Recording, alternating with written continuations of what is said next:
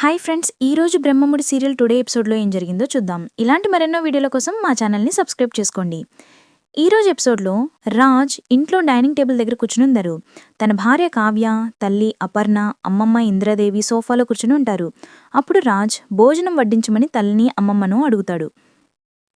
అప్పుడు రాజ్, అయినా నా కారణాలు నాకు ఉన్నాయని చెప్పాను కదా అని అంటాడు.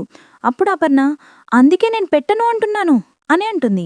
అప్పుడు రాజ్, అంటే అని అంటాడు. అప్పుడు అపర్ణ, అంటే మా కారణాలు మాకు ఉంటాయి అని నీతో చెప్పాలా అని అంటుంది. అప్పుడు రాజ్, చెప్పొద్దు, నీ దగ్గరే దాచుకో అని అంటాడు.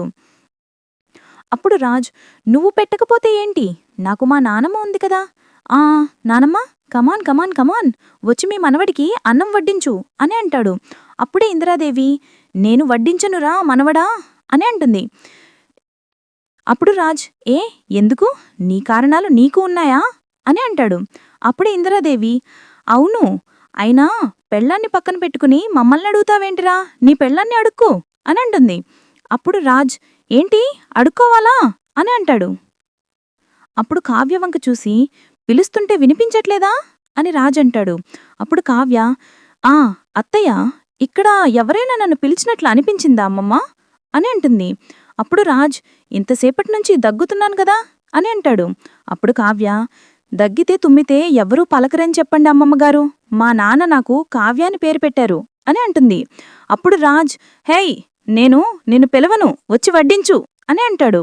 అప్పుడు కావ్య, నా బిడ్డే నచ్చినప్పుడు నేను వడ్డించే అన్నం మాత్రం మీకేం నచ్చుతుందండి, వడ్డించుకొని తినమని చెప్పండి అమ్మమ్మగారు అని అంటుంది.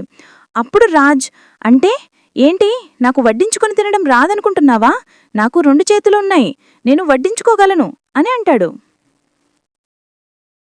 తరువాత రాజ్ గదిలోకి వస్తాడు. అప్పుడు కావ్య మంచం మీద కూర్చుని ఉంటుంది.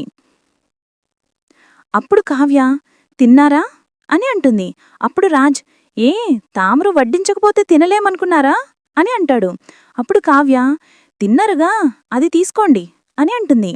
అప్పుడు రాజ్, థ్యాంక్స్, అన్నం పెట్టకపోయినా కనీసం దిండు దుప్పటైనా ఇచ్చావు అని అంటాడు. హలో హలో, ఏం చేస్తున్నారు అని అంటుంది.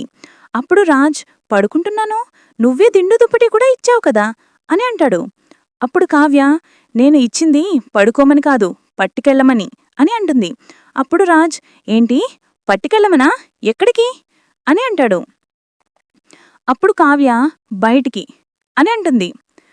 అప్పుడు రాజ్, ఇంత చక్కగా గది ఉంది, ఇందులో ఏసీ ఉంది, ఇంకా నేను ఎందుకు బయటికి వెళ్ళాలి అని అంటాడు. అప్పుడు కావ్య, పడుకోవాలంటే వెళ్ళాలి కదా, ఈ రోజు నుంచి మీ పడక గది హాల్లో సోఫానే అని అంటుంది.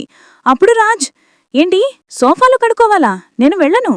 అప్పుడు కావ్య, నా జీవితంలోంచి వెళ్ళిపోవడానికి ఫిక్స్ అయ్యారుగా, ఇక గదిలోంచి వెళ్ళలేరా ఏంటి, నేను చేస్తున్నానా, నా బిడ్డను చంపుకోవని చెప్పిందెవరు, మీరు, నేను కావాలో బిడ్డ కావాలో తేల్చుకోమని చెప్పిందెవరు, మీరు కదా, బిడ్డను తీయించుకోకపోతే విడిపోతాను అని అన్నారు కదా, వెళ్ళండి వెళ్ళండి అని అంటుంది.